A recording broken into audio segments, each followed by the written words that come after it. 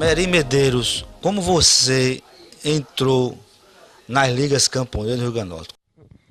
Primeiramente, ideologicamente, eu fiquei fascinado pela luta das ligas camponesas através das leituras.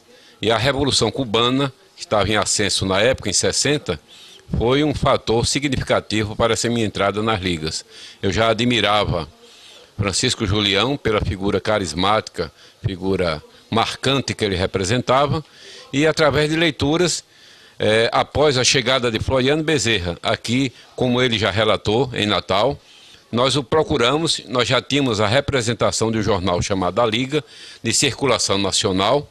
Nós éramos chefe da sucursal das ligas, juntamente com o companheiro Pedro Simão Pereira, que era egresso do Partido Comunista Brasileiro e era sapateiro de profissão, mas nessa época ele era representante comercial, e nós fomos a Floriano já com essa delegação de Julião através de contatos e convite. Então essa entrada de Floriano, esse encontro meu com Floriano, foi um encontro histórico de pessoas, de forças que queriam o avanço e o ascenso das lutas sociais. Fale-me das primeiras dificuldades, primeiros incidentes. Estava havendo um clima de esquentamento e de percepção de que o movimento camponês crescia de uma forma grandiosa por conta da influência também do operariado urbano, porque nós fazíamos essa ação conjunta dos operários da cidade com os líderes sindicais rurais do campo. Havia uma integração muito forte dos operários urbanos, dos sindicatos, da sociedade organizada como um todo, de apoio ao movimento rural. Basta dizer que na fundação das Ligas Camponesas, sob a presidência do companheiro Floriano Bezerra, ela se deu na sede da Federação dos Trabalhadores nas Indústrias, que era ali onde hoje é o Sindicato dos Motoristas, naquele auditório. E ela contou com a presença de mais de 400 pessoas, inclusive todos os dirigentes sindicais da época, personalidades políticas. Então as ligas nasceu sob o ascenso das lutas sindicais e populares no Brasil. E isso contrariou muito e irritou muito a classe dominante. Houve conflitos de posse de terras, nas quais nós tínhamos um advogado chamado Geraldo Pereira de Paula. Ele é quem fazia as documentações de reintegração de posse, e que nós fomos vitoriosos em algumas dessas.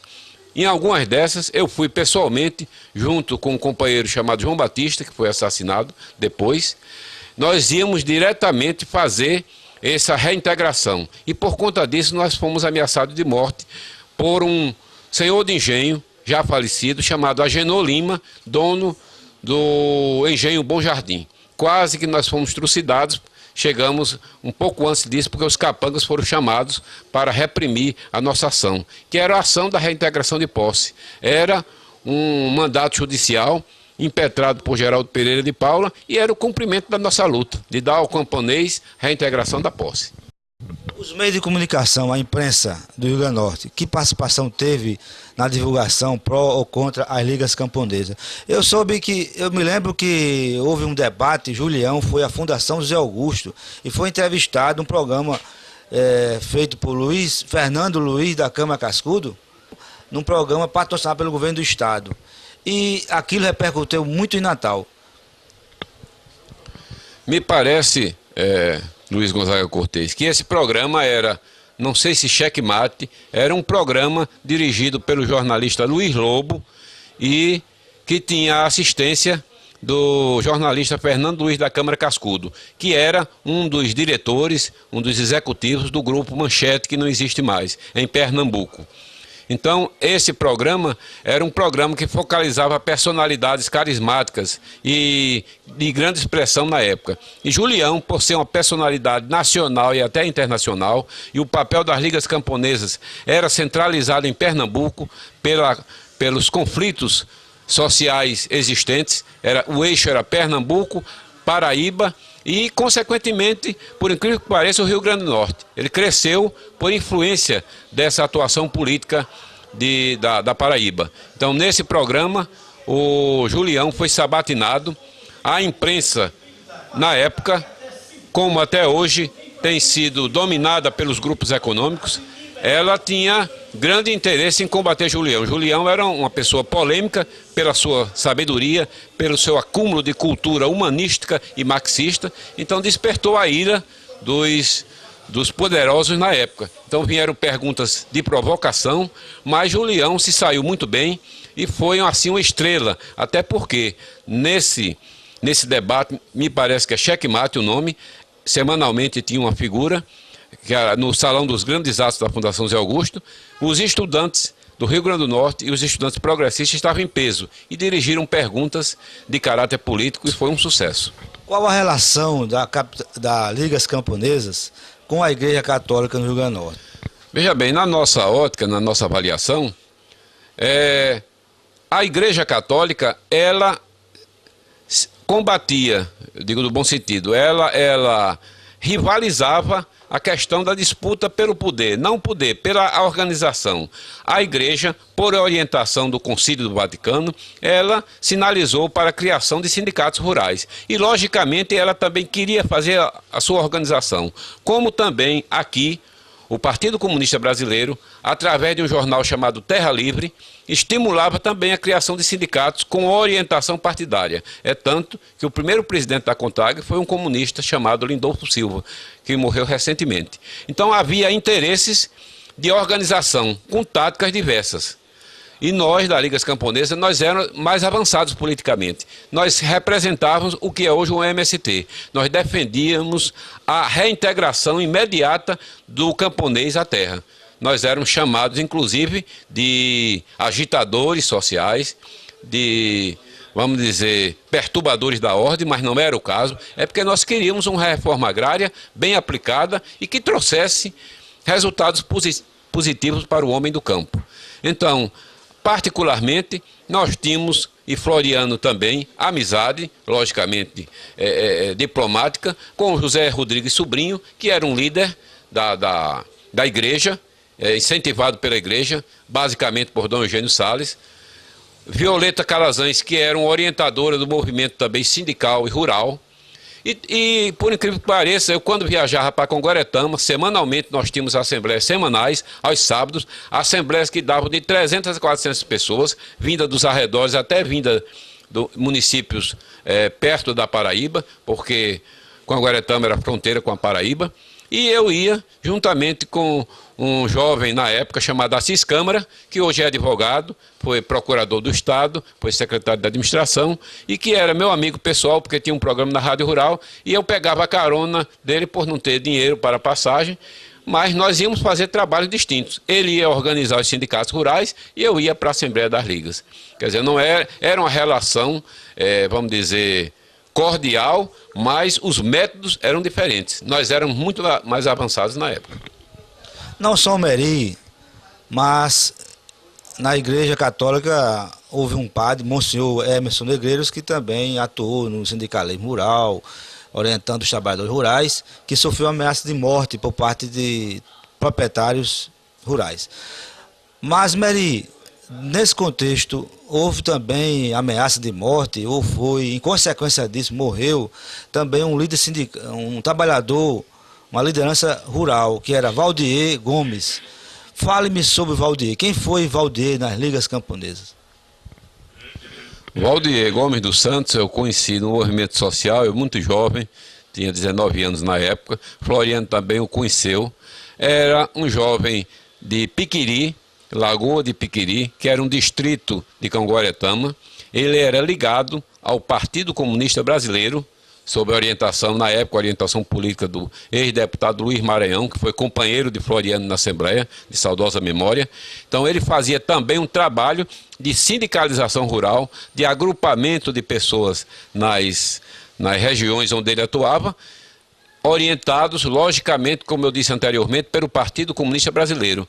Mas não havia muita divergência no nosso trabalho, havia divergência de formas de luta.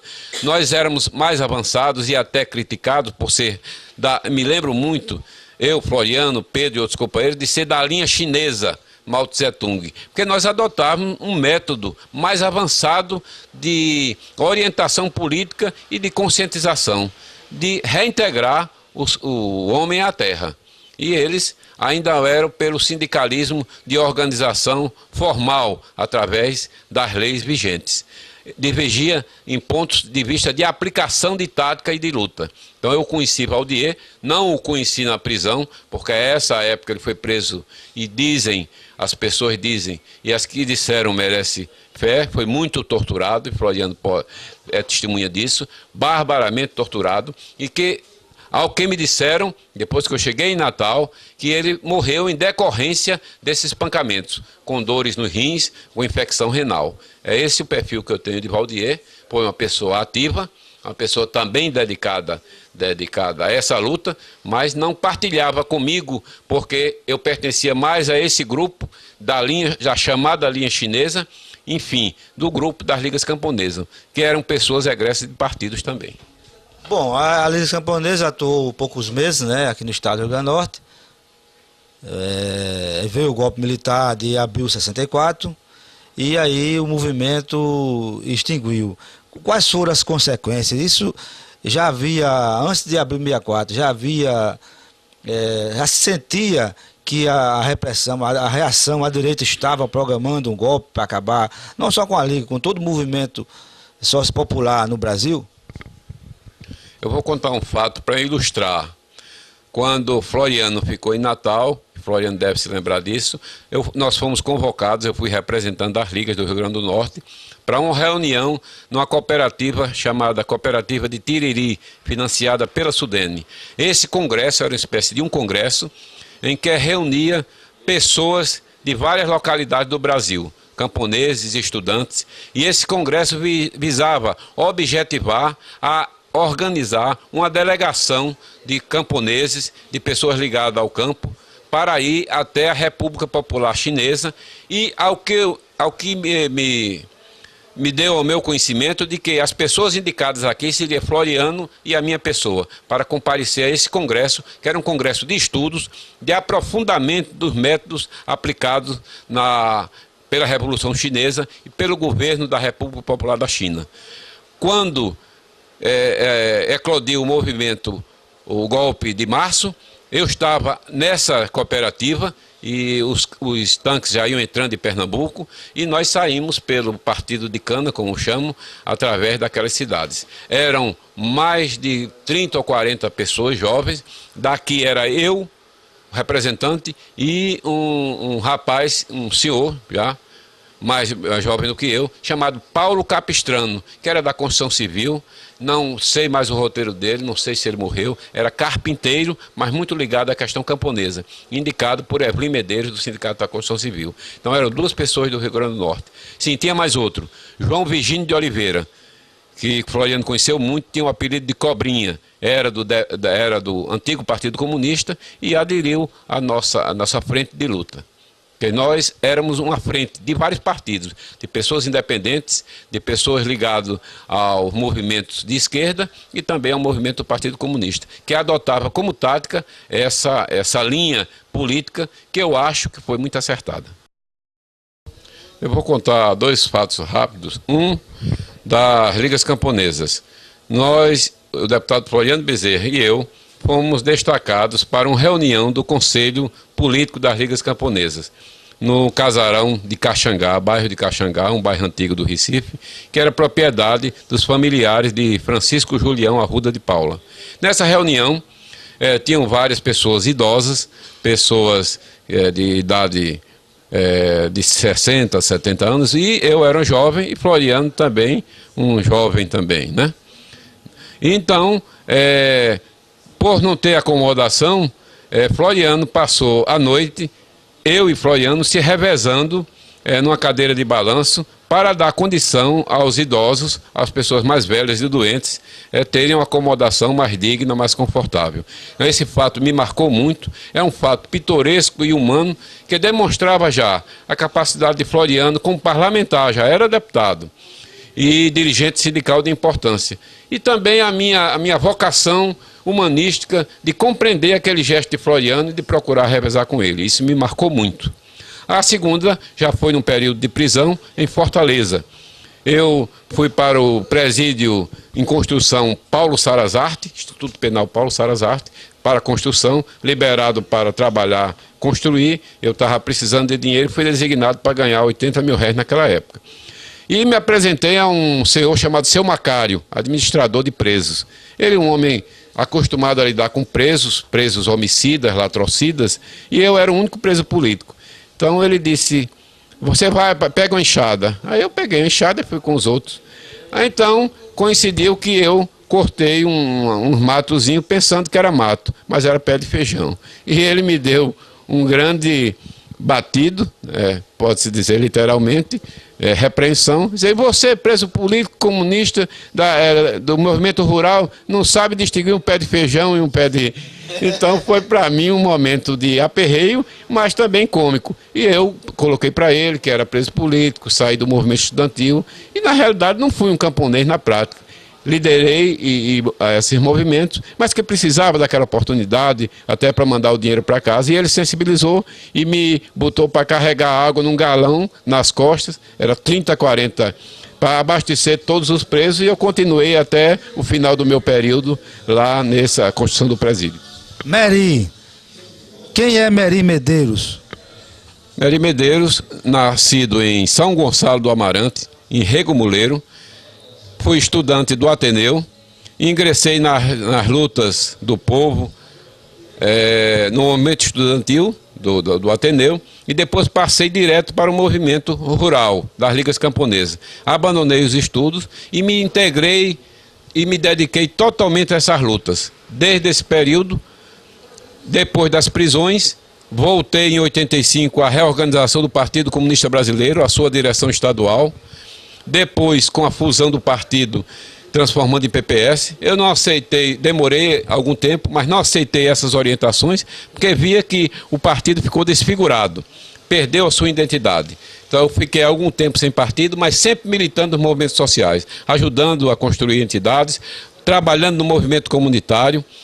Cheguei a ser vice-presidente da Federação dos Conselhos Comunitários. Também ajudei e tenho ajudado o movimento cultural, como poeta, escritor, com um livro publicado. E depois, recentemente, há cerca de quase um ano, ingressei no Partido Comunista do Brasil, estou na sua direção e pretendo continuar essa luta pelos ideais de democracia, de liberdade, de fraternidade, até os últimos dias de minha vida. Mais de 40 anos de militância? Mais de 40 anos, ininterruptos.